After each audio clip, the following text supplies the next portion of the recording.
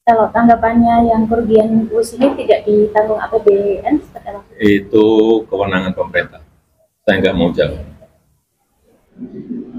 Jadi sekali lagi, transportasi massal, transportasi umum itu tidak diukur dari laba, tetapi adalah diukur dari keuntungan sosial, social return on investment. Apa itu? Misalnya pengurangan emisi karbon.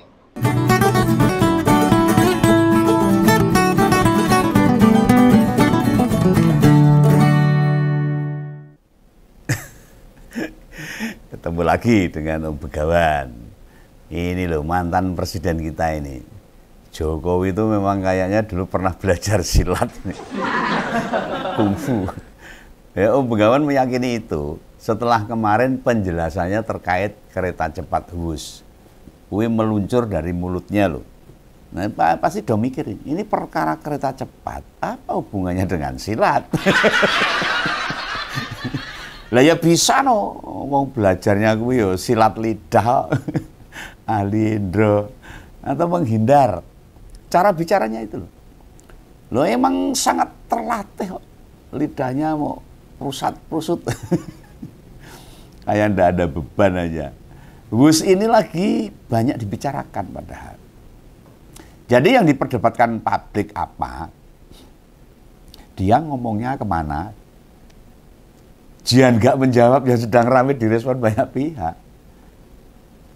Kalau lagunya Cak Dikin itu selenco.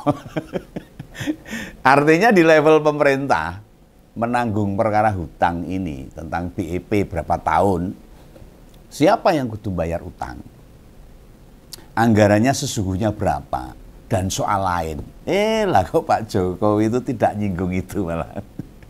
Orang masalah piye carane ngelunasi utang. Apa ngemplang bae. Lah ketika di pas konfirmasi soal utang, langsung wae nyebut kuwi urusan pemerintah kok. Lu piye lho. Lah memang bener urusannya pemerintah lho apa urusannya Begawan urusannya. Tetapi harusnya sebagai orang yang bertanggung jawab ketika kereta bus itu adalah ide dari Jokowi, harusnya bertanggung jawab juga. Nah, neng ini kan wis genah jago silat lidah. Sabuke wis sabuk hitam. Tingkate suhu. Ndak duweni rasa handar beni dan tanggung jawab. Dari berbagai hal yang diutarakan atau waktu ngomongin perkara bus ini, itu memang mengandung unsur bener nih ora bener. Atau penilaian Om Begawan itu sebagai hal yang benar tapi ora tepat. Sebagai mantan presiden pasti ngerti loh gimana skema proyek dan rencana tata kelolanya. Nanti kalau sudah beroperasi itu piye iso bayar pora hasilnya piro kan harusnya sudah dihitung. Malah saya bluk. Dan kerugiannya tiap hari itu berapa miliar itu. Wah, cilaka. Lo tidak sekedar terrealisasi saja. Iso dilakok kita itu. Namun termasuk menjawab kendala-kendalanya. Risiko-risikonya kan dulu ya jadi polemik juga itu, menimbulkan perdebatan. Sampai ada dugaan bila pembantu presiden sekelas Menteri Perhubungan nolak proyek kereta cepat Indonesia Cina ini. Nek wis ngono kan biyen sudah menghitung itu menterinya itu di masa mendatang apa antisipasinya? Ada perdebatan dan upaya penyelesaiannya. Itu wis diomongke kan. Nah sekarang gini aja tak jelaske wae ini. Di mana letak menghindarnya Jokowi itu? Nah, Jokowi itu di soal kereta cepat ini ada hal-hal yang terkesan benar yang dia katakan itu, tetapi sakjane ora bener itu, alias nggak tepat. Ini tentu saja versi ngompol, versinya Om Begawan yang analisanya itu berpijak pada aspek sosial politik pemerintah. Nek dudu dari aspek administratif, keuangan, lalu rencana awalnya Om Begawan angkat tangan kalau itu bukan dari situ. Om Begawan nggak bisa komentar sebab nggak pegang dokumen. Itu kan faktor-faktor teknis kalau yang administratif itu. Ini saya yang kasat mata aja. Tata kelola pemerintah, regulasinya aja lah. Lah menghindar yang bisa kita kritis. Contoh yang hari ini banyak diangkat media. Intinya ini Jokowi bilang transportasi umum tidak diukur dari laba. Ora masalah untungi. Pernyataan itu tak dukung penuh. Ora apa-apa. Seolah-olah tidak ada salah-salahnya. Nah, ini bukan salah, tetapi tidak cocok gitu loh, tidak cocok. Buat ditempelkan ke proyek kereta cepat WUS ini. Beda. Masa waktu menjelaskan bila transportasi publik itu banyak dikasih subsidi kayak MRT, lalu LRT, kereta bandara, dulu ada KRL itu. Kan jelas tidak sama dengan WUS, beda aduh gitu loh. Kalau yang ada subsidi itu pemanfaatnya buat masyarakat. Ada subsidi. Lah nek kereta WUS ini loh seregane larang. Terus harga ngopo? Buku gagah-gagandro itu. Lalu dibilang negara maju, negara yang sudah hebat. Hebatnya di mana? Wong itu punyanya Cina kok. Yang bangun Cina, semuanya serba Cina, produksi Cina. Dan bayarnya utang-utangan. Majunya Indonesia di mana itu? Lah menyebut transportasi yang dipakai rakyat itu tidak berpatokan pada laba. Ini jelas penggiringan opini.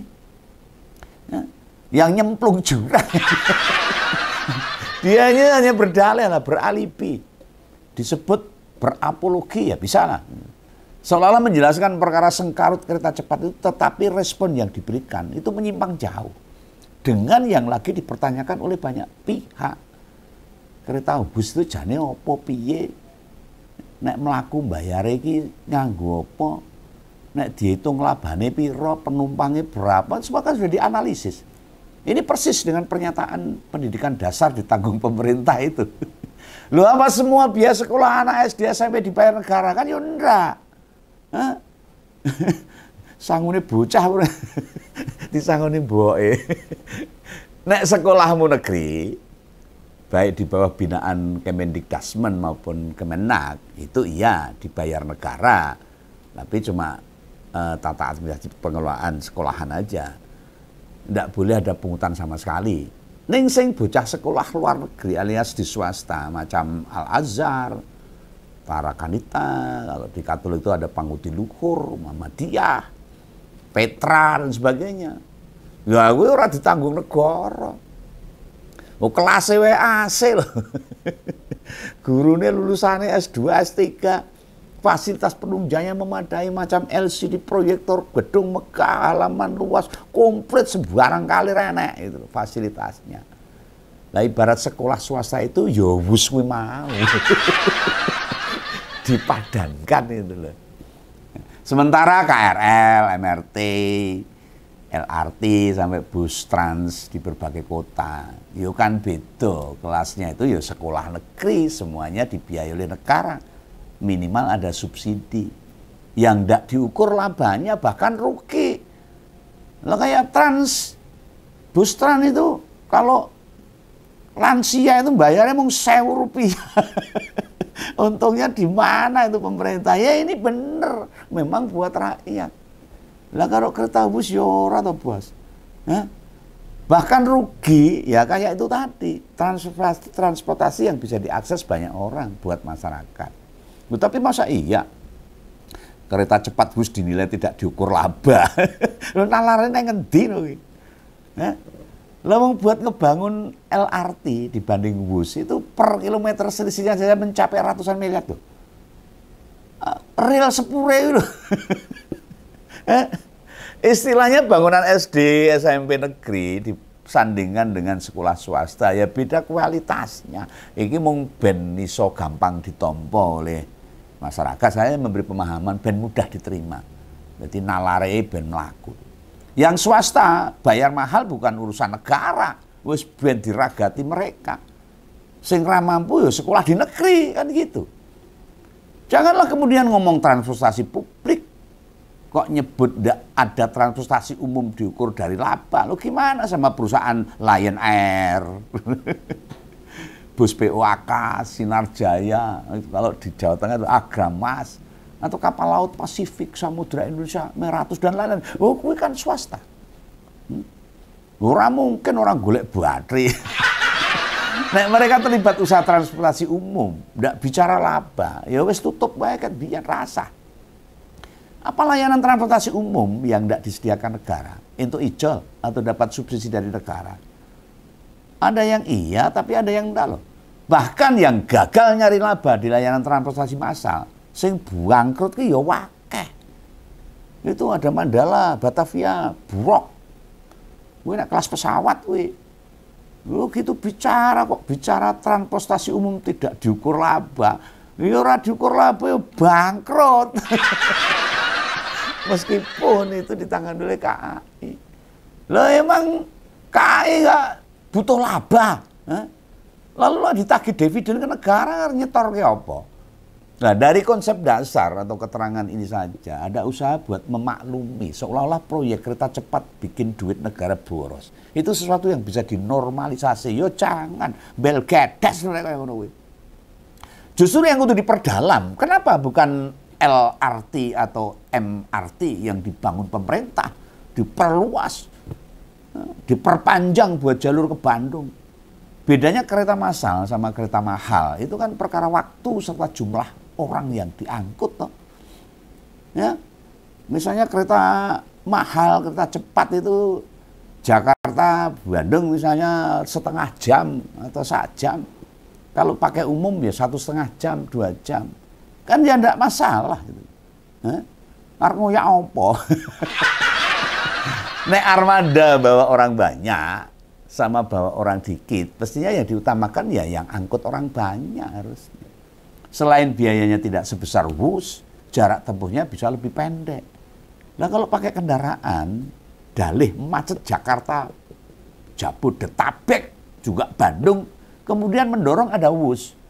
Wih, keliru cara berpikir gitu itu. Mestinya yang dikerjakan itu proyek angkutan massal, menampung banyak penumpang agar kemacetan berkurang, ora do nganggo motor dewi-dewi. Itu loh. Kalau bentuknya KRL, LRT, intinya bawa banyak orang lah, massal gitu. Itu masih tidak persoalan. Belum balik modal bisa dimaklumi karena memang subsidi. Lah naik Wus itu loh. Bayarnya itu 250.000. Jakarta Bandung. Gede. Bila urusannya dengan durasi tempuh, naik RLT atau KRL, suwe, enggak juga sebenarnya. Enggak, selisihnya enggak banyak. Ada berbagai faktor yang mempengaruhi waktu tempuh. Makin banyak berhenti di stasiun ngudun ke penumpang ya karena memang massal. Ya lah tuh waktu tempuhnya bertambah lama. Karena kereta Wus ora mungkin Wus mandek sih. Enggak penumpang enggak. Namanya Wus Jakarta Wus tekan. Ya coba kalau KRL kereta biasa juga enggak berhenti ngudun ke penumpang naikkan penumpang ya cepet sama aja. Jangan dikira loh pakai kendaraan dengan mengakses tol terkendala macet. Kan setidaknya waktu tempuh 1,5 jam. Jakarta Bandung itu loh. Pakai KRL bisa lebih lama. Nah ini nggak akan lebih dari 1 jam perbedaannya. Lu pakai bus itu ya hampir sama. Selisihnya cuma 15 menit. Atau 10 menit. Karena stasiun di Tegal luar butuh waktu juga. Buat ke pusat kota Bandung. Iya toh? Padha wae. Sedangkan dibandingkan sama biaya yang dikeluarkan. Ya jomplang. Larang pakai kereta Wus jauh banget. Loh ini padahal Om Begawan baru membongkar satu kalimat yang disampaikan Jokowi. Yang ternyata pernyataan itu tidak valid. Ya omong bersilat lidah, makanya saat ini mengatakan, wah ini latihan kungfu. Ilmu silat Koping Ho ini. Lah kalau caranya begitu pernyataan itu ratrap. Jelungup dalam isi kepala kita. Harusnya dengan satu persepsi, dia yang beda jauh sama kondisi faktual. Bisa melandasi pihak penegak hukum, menelusuri, melacak, mencari. Adakah orang-orang yang diuntungkan dari proyek ini yang katanya, yang kabarnya bisa markup sampai 300%. Ini korupsi ugal-ugalan benar terbukti. Berani KPK, berani kejaksaan, berani aparat kepolisian dan sebagainya. Ditambah sekarang ada fakta yang makin menyakitkan hati rakyat bahwa biaya pembangunan kereta cepat di negara ini sangat mahal. Rembem. Karena apa? Ya karena korupsi, karena markup dan sebagainya. Yang sedang diperbincangkan netizen. kalau pembiayaan kereta bus antara Indonesia dengan Arab itu diperbandingkan, selisihnya berlipat. Kita dulu ngabisin 112 triliun buat rute sepanjang hanya 142 km Jakarta-Bandung. Sedangkan di Saudi Arabia itu duit 113 triliun, hampir sama dengan pembiayaan di Indonesia itu. Tapi bisa membangun jalur sejauh 1.500 km atau selisih 1.358 km.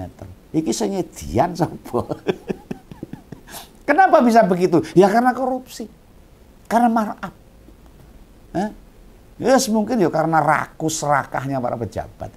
Dan ini KPK, Kejaksaan, Kepolisian berani nggak? Termasuk Pak Prabowo berani nggak untuk menelusuri ini, untuk menyelidiki ini? Adakah tindak pidana korupsi dalam arti markup dan sebagainya? Siapa yang diuntungkan?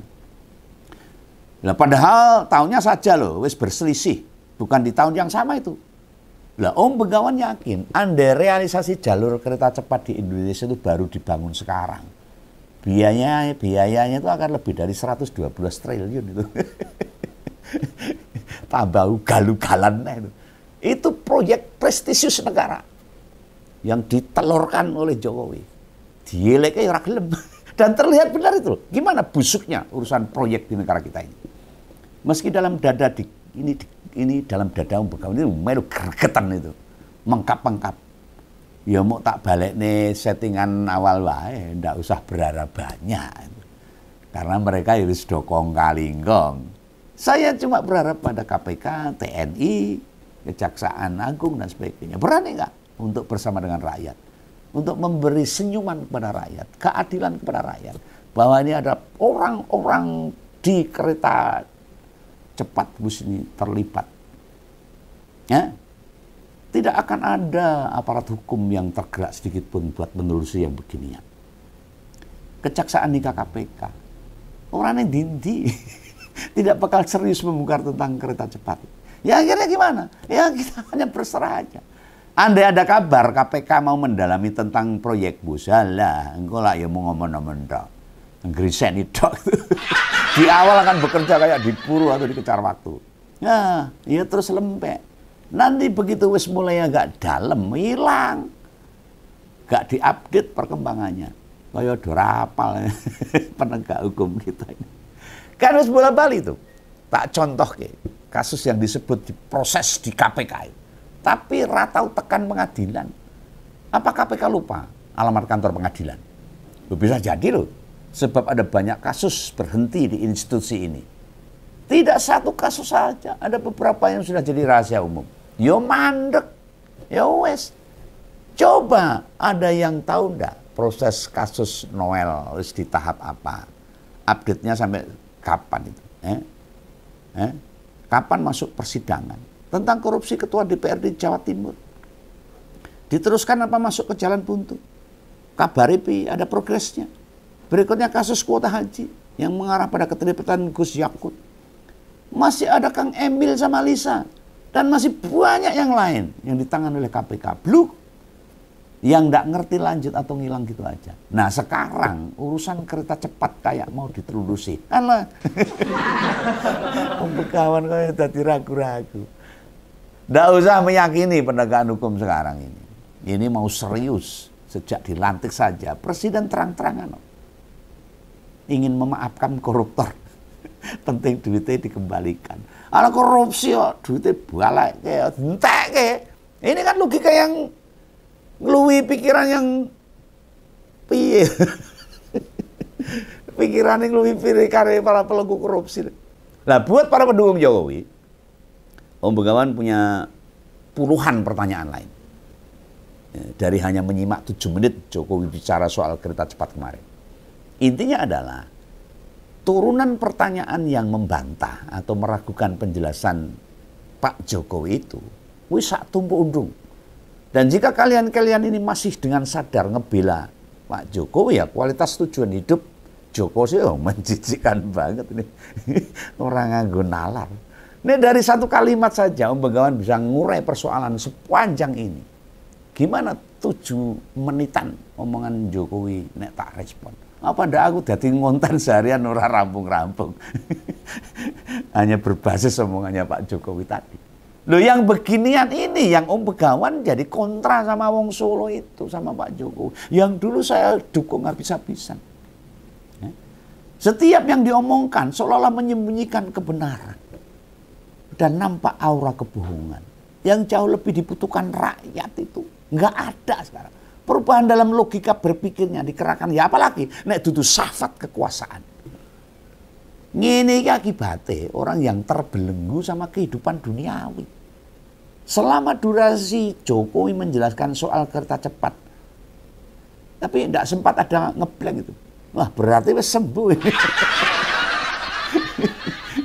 Speak delay-nya wis sembuh ini. Atau pas kondisi psikisnya emang lagi apik ini. Apa karena konferensi pers di rumah makan besarnya itu? Ya itu memang di warungnya ibunya Bu Selvi, istrinya Gibran.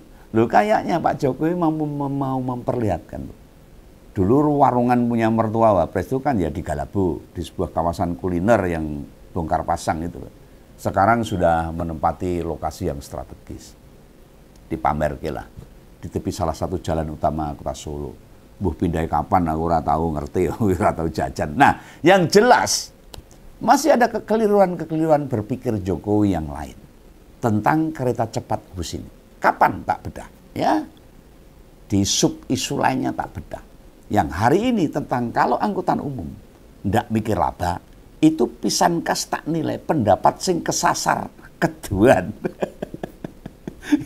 Wong sugih kok difasilitasi negara, pendapatnya wong silat lidah, sesat aja. Masyarakat kan jadi bertanya takon itu loh. Makanya mari kita cerdas. Buat semua yang mendengarkan dan menonton Ngompol. Tonton dan supaya kita jadi cerdas. Paham supaya kita jadi pintar. Oke ya, jangan salah paham. Salam Ngompol, salam Begawan. Dadah.